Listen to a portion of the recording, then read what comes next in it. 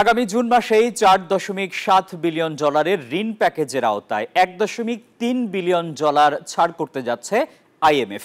এটি ঋণের চতুর্থ ও পঞ্চম কিস্তি বলে জানিয়েছে বাংলাদেশ ব্যাংক। এ বিষয়ে বুধবার আনুষ্ঠানিক ঘোষণা আসতে পারে। ওই দিন বাংলাদেশ ব্যাংকের সদর দপ্তরে আয়োজিত এক সংবাদ সম্মেলনে বিষয়টি জানানো হবে। জানা গেছে 2023 সালের 4.7 বিলিয়ন ডলারের ঋণ অনুমোদন করে আইএমএফ। বান্ডেল থাকলে প্রতি সেনমানিতে টাকা বাঁচবে। বিকাশ সেনমানি বান্ডেল কিনে জিতুন প্রতি লেনদেনে। 2026 সাল পর্যন্ত 7 কিস্তিতে এই ঋণ দেওয়ার কথা। যথাসময়ে প্রথম 3 কিস্তির 231 কোটি ডলার ঋণ পায় বাংলাদেশ। সর্বশেষ কিস্তি পায় 2024 সালের জুনে। চতুর্থ কিস্তি পাওয়ার কথা ছিল ডিসেম্বরে, কিন্তু নানা শর্তে সেই ঋণ আটকে যায়। এখন জানা গেল আগামী জুনে চতুর্থ এবং পঞ্চম কিস্তি একত্রে আসবে।